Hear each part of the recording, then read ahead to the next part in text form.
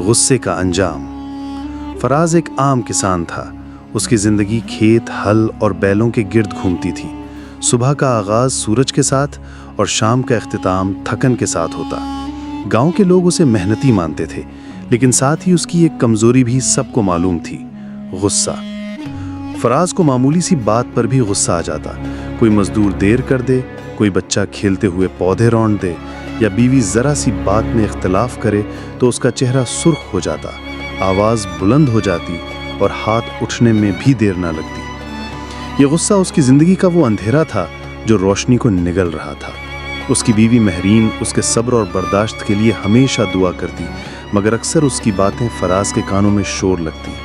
اس کا بیٹا عمیر، جو کہ 7 سال کا معصوم بچہ تھا، اکثر اپنے باپ سے ڈرتا، اس کی باتوں پر چپ ہو جاتا۔ عمیر کے دل میں خواہش تھی کہ اس کا باپ اس سے کھیلتا، اس کے ساتھ ہنستا، لیکن اس کا غصہ اسے ہمیشہ دیوار بنا دیتا۔ ایک دن فراز نے کئی ہفتوں کی محنت کے بعد اپنی سبزیوں کی کیاریاں تیار کی۔ ہر پودا گویا اس کی محنت کا عکس تھا۔ عمیر بھی اکثر کھیت میں آتا اور کھیلتے کھیلتے پودوں کے قریب جاتا۔ فراز نے کئی بار اسے سمجھایا کہ سبزیوں کے قریب نہ آیا کرے، مگر بچوں کی معصومیت کہاں سمجھتی ہے ایسی باریکی۔ اسی شام عمیر کھیلتے کھیلتے کیاریوں کے بیچ آ گیا۔ دوڑتے ہوئے اس نے کئی پودے رون ڈالے۔ فراز نے یہ منظر دیکھا تو اس کا خون کھول اٹھا، اس کی رگوں میں جیسے آگ بھر گئی۔ اس نے چیخ کر عمیر کو بلایا اور بغیر سوچے سمجھے اسے سخت مارا۔ عمیر کی چیخیں کھیت میں گونجنے لگیں۔ مہرین دوڑی آئی اور بیٹے کو اپنے بازوؤں میں چھپا لیا۔ اس کی آنکھوں میں آنسو تھے۔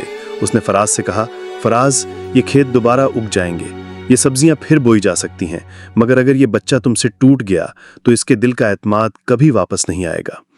یہ الفاظ بجلی بن کر فراز کے دل پر گرے۔ غصے میں وہ سبزیوں کی طرف لپکا اور غصے کی شدت میں اس نے خشک لکڑیاں ڈال کر ساری کیاری کو آگ لگا دی۔ شعلے بھڑک اٹھے اور وہ زمین جس پر اس نے مہینوں محنت کی تھی لمحوں میں راکھ ہو گئی۔ عمیر اپنی ماں کی گود میں چھپ گیا اور اس کے آنسو رکنے کا نام نہ لیتے تھے۔ رات جب خاموشی پھیل گئی اور گاؤں نیند میں ڈوب گیا، فراز کے دل میں ایک عجیب سا خالی پن تھا۔ وہ چارپائی پر لیٹا مگر نیند نہیں آئی۔ بار بار عمیر کی روتی ہوئی آنکھیں اور بیوی کے شکوے بھرے آواز کانوں میں گونج رہی تھی۔ وہ سوچ رہا تھا کہ اس نے کیا کھو دیا ہے، سبزیاں یا بیٹے کا اعتماد۔ صبح اس نے فیصلہ کیا۔ وہ عمیر کے پاس گیا، اس کے چھوٹے ہاتھ تھامے اور کہا، بیٹا، میں نے تمہیں بہت دکھ دیا، میں تمہارا مجرم ہوں۔ عمیر نے روتے ہوئے کہا، ابو، آپ کو بہت غصہ آتا ہے، میں ڈرتا ہوں۔ یہ سن کر فراز کی آنکھوں میں آنسو آ گئے۔ اس دن پہلی بار اس نے بیٹے کو زور سے گلے لگایا۔